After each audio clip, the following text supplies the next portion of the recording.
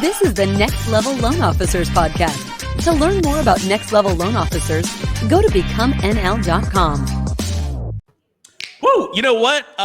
Boy, that is some music right there. Welcome to the Next Level Loan Officers podcast. I'm Kellen Vaughn with my co-host today, Shane Kidwell. Shane, what's happening? That intro got me hyped, and I wasn't even a part of that intro. Yeah, boy, and there were some older pictures of me on that too. So if you saw that, that means you're watching us either live in our private group or on YouTube, which is cool. So check us out over there. If you want to see us and hear us, you can head on over to YouTube and get a great peek at that. Well, man, thank you for joining me today. And listen, you know, we don't always fully pull back the curtain with everything that we talk about, you know, in Next Level, and nor do we always go live with these. But today is a different day, Shane. This is the dawn of a new era, and we are coming at you because, man, loan officers, they need help right now, right?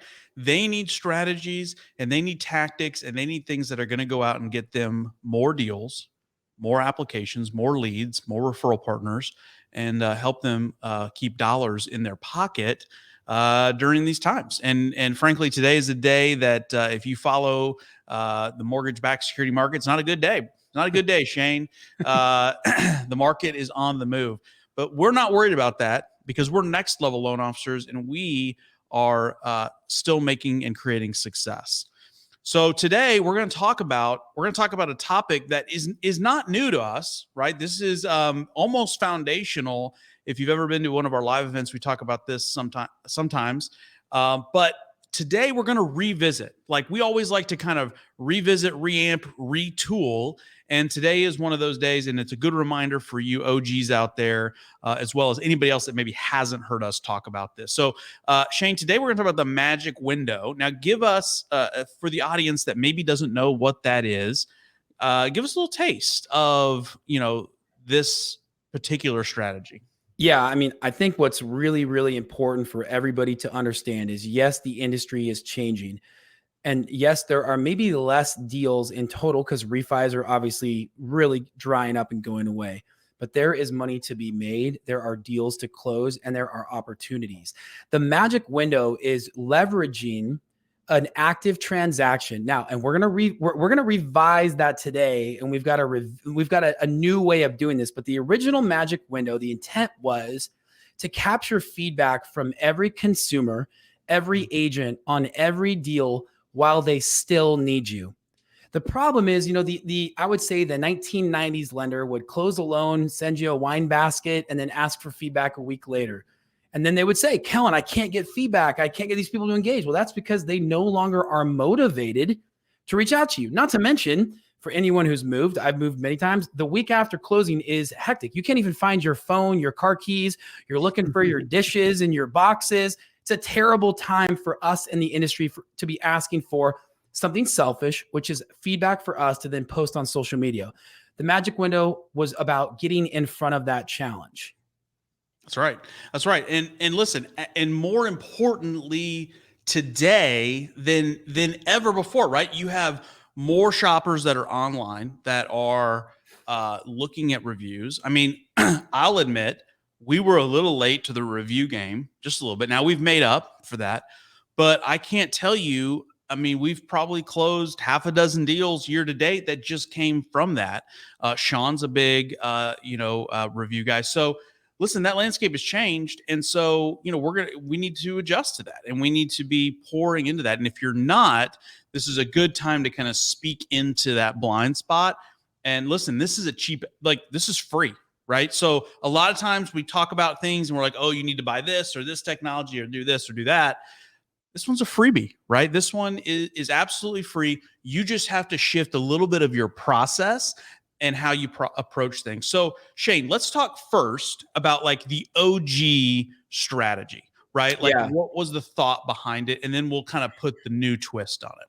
Well, to begin with, we need to understand where we're driving reviews. Right. Like, and I was one that had, you know, Social Survey or Testimonial Tree or Birdseye or one of these third-party sites. And here's the reality. Those sites are really benefiting the company, more than they're benefiting you. Sure. The intent, the goal behind that, it's not to generate leads. It's to bring some sort of like a quality assurance when people are looking at them online. They can use metrics for feedback, for compliance audits and things like that. So Sean brought up originally, and we've all really run with here, is focusing on Google, having a Google business page and capturing reviews on Google. And now I would challenge everyone to pause the podcast. If you're not live, get online, go to Google, type in your city with the word mortgage. Yep. Scroll past the advertisements. What is the first thing you see? And you'll see typically 3 businesses, right, in your market. You'll be amazed at how few reviews these have. Now, if you just go to Google and type in, Shane Kidwell Mortgage, testimonial tree, social survey, 700 reviews are going to be down there somewhere on page 1. We want to drive people to Google. And we're going to do that by asking for feedback when they still need us. It's that window sometime between initial approval, clear to close, but before they've signed and they're done with you. Like, it's when they still need you. And what we would say is the easiest way to do that is, you're my client. I call you, I text you, I send you a video. Hey, Kellen, it's Shane over at, Victorian Finance, AKA Dwell Mortgage. Hey, I've just got something I want to run by you really quick. Would you mind giving me a quick shout? Yeah. Now they have no idea. And they're like, oh crap. Is my deal going to fall apart? You call, hey, Kellen, first and foremost, man, we're super excited to be working with you. Congrats on getting your loan conditionally approved. Hey, I'd like to ask a favor. My business is built on nothing but feedback from people like you.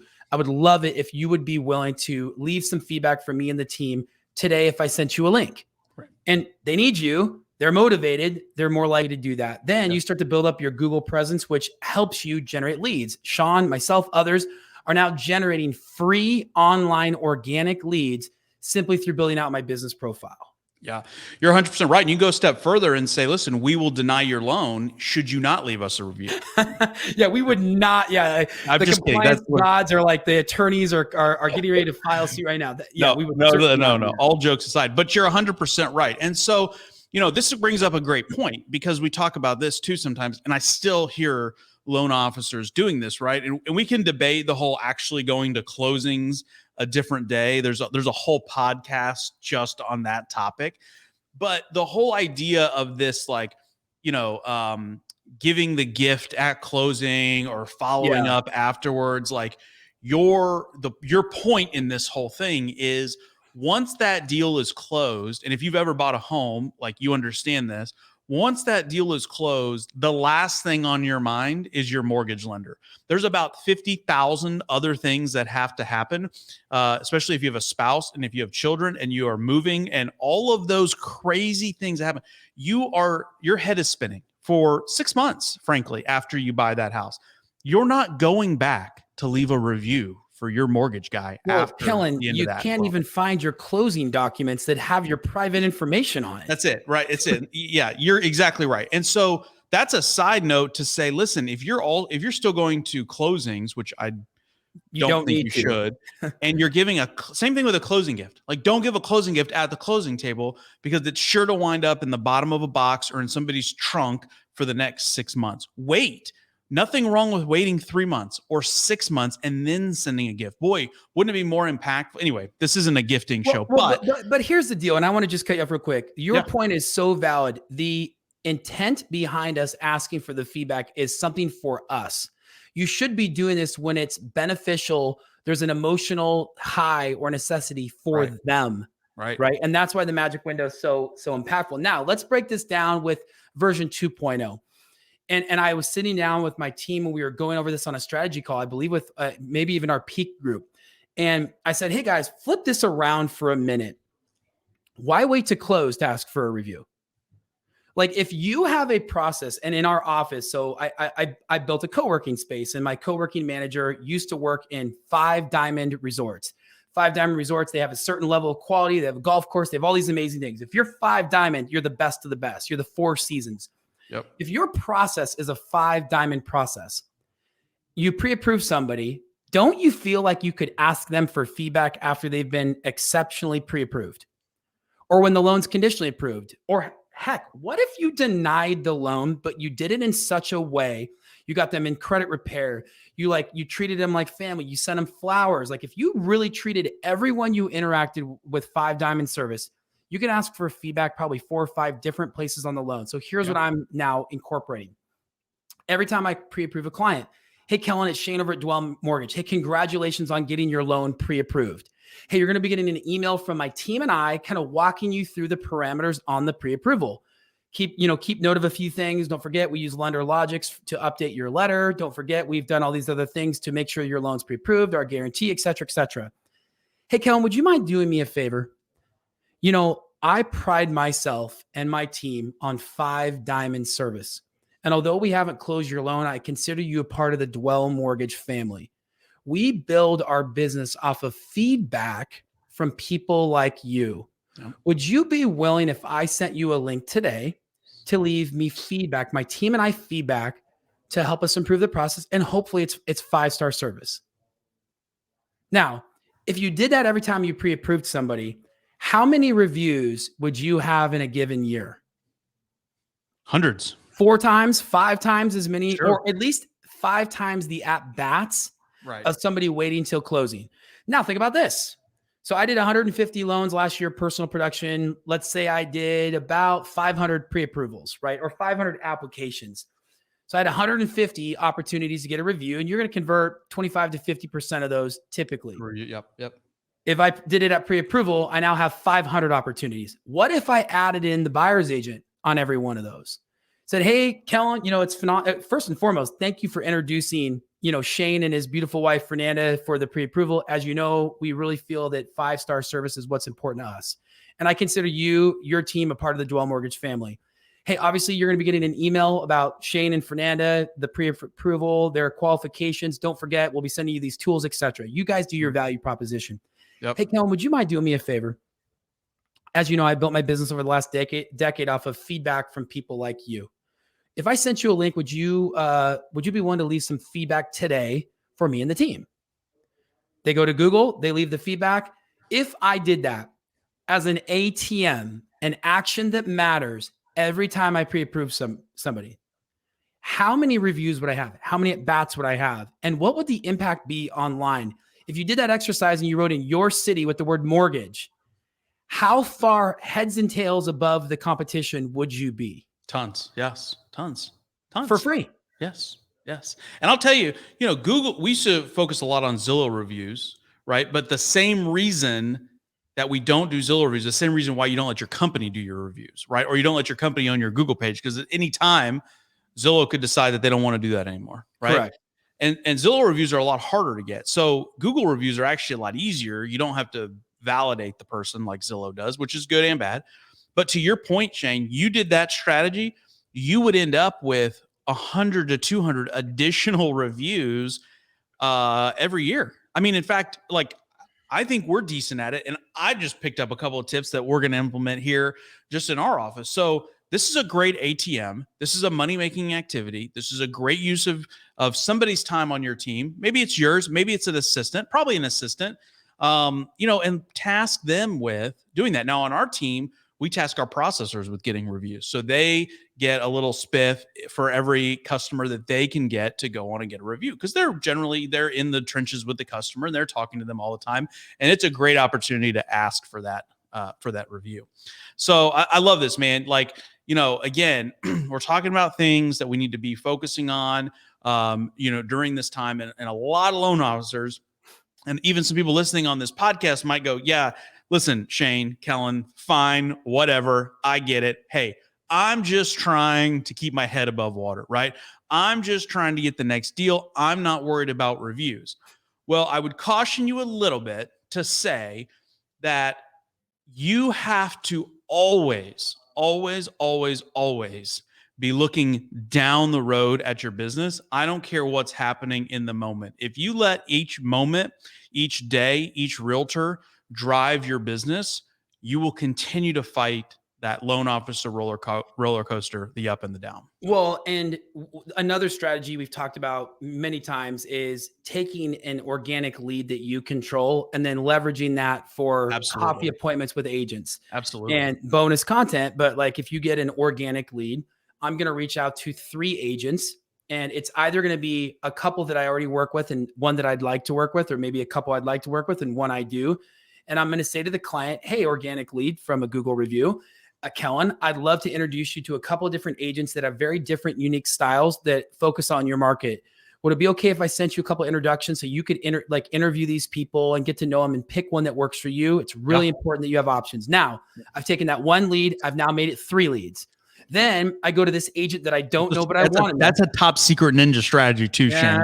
That's like a $10,000 behind the curtain deal. So that's right. All right, well, we're doing it. I'm caffeinated, so we're rolling with this. Then I go to an agent that I haven't worked with, but I've been targeting using my social media strategies, maybe meeting them at happy hours. I know them, they know me, but I'm not working with them.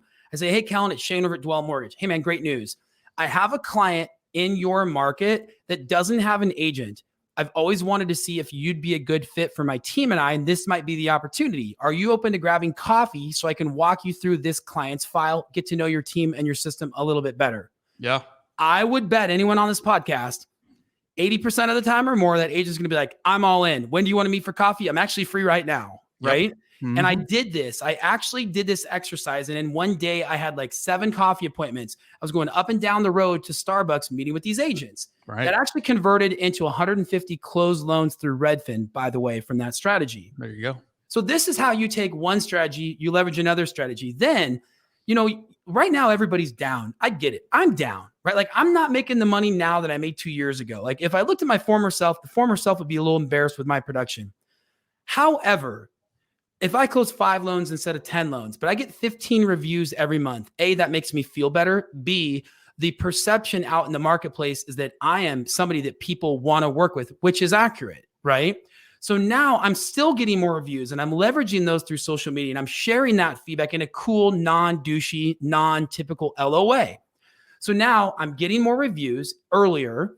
I'm able to then help myself drive organic business. It also creates a lead that I can use with agents that I want to work with.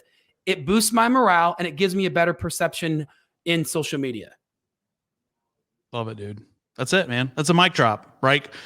We just gave away like 7 strategies in this one strategy. So let's just, for you loan officers that are listening to this, like really pay attention because these are, again, free strategies we're talking about right now that move the needle. You want to move the needle, right? These are the things you have to do to move the needle. You got to ask for the reviews. You got to be driving organic traffic that you can hand out to other realtors. You got to be on social. You got to do all of these things. And again, if you can't do all of these things and chase page 9 of the bank statement, right? And chase conditions and be messing around with this is where the challenge is. So if you're struggling with that, like get on a strategy call with Next Level and let's talk about that, right? nlstrategycall.com. And we can help you kind of figure that pathway out. But it's impossible to do these things that are required to be successful while doing a bunch of non-money making activities as well. I'll mention one last thing. Yes. Next Level's nlstrategycall.com. You can check that out. Also, we have our LO Lifeline. Actually, I think this is going to come out after the LO Lifeline. Is that right, Shane? But I still think that it's going to be available for people to watch and consume. And man, if there's a time when people need a pick-me-up, maybe somebody that gives them an idea like today, where you just literally copy, paste, and repeat. What people don't know about Next Levels, we're actually a charitable organization. We like to donate to the community, right? And in the hopes that it benefits your family, your business, and maybe you go, these guys are doing something unique and I want to join. The LO Lifeline, if you haven't seen it on social media, you absolutely will. You need to watch that. nlstrategycall.com will get you in with our team to have a call. And lastly, I think that if you are consuming this in one of the podcasting platforms, Kellen, correct me if I'm wrong, we're going to give you all a little gift. Yes. So if you're watching this on a podcast, whether that's Apple Podcasts or Spotify or whatever it is, there's a download associated with this, and you can go and download not only our original OG class on the Magic Window, however, also in addition to bonus, you're also going to get, Shane does a phenomenal class on power conversations, that initial conversation with your borrower, which which ties into this because it sets the whole transaction up for success. It sets up that entire transaction to receive great reviews, to have open communication with the client, to manage client expectations as the transaction gets kicked off. So we're going to include that as a bonus download in this podcast. You can click on the link, download it. We'll have that ready for you. But man, Jason Frazier, one of our marketing gurus here at Next Level, made a great comment. Google reviews and YouTube videos are the 1-2 SEO combo punch that every LO needs. You're 100% right, Jason. Like, that's it. So gang, use this information, take it and run with it. Work these Google reviews into your process. Make it an automatic thing so that you don't have to think about it every time. Get the YouTube videos going and start generating those organic leads that, as Shane mentioned, we can go 3-to-1, right? We can have 3 realtor conversations for every one of those organic leads, and that will move the needle in your business. Are you trying to pick up market share? Are you trying to add more realtors to your bench? That's the way to do it in this market right now.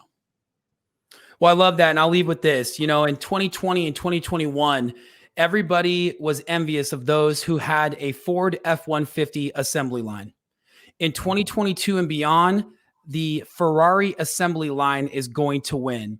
Those people who have exacting standards and put effort into every step of the process are going to win. And they already are. If you're not there, if you're still on a 2020 strategy in 2022 and beyond, shift your mindset, shift your focus, get on a strategy call, join Next Level. We'll see you on the other side. Thank you guys for joining us today. We'll see you all soon. Thanks, everyone.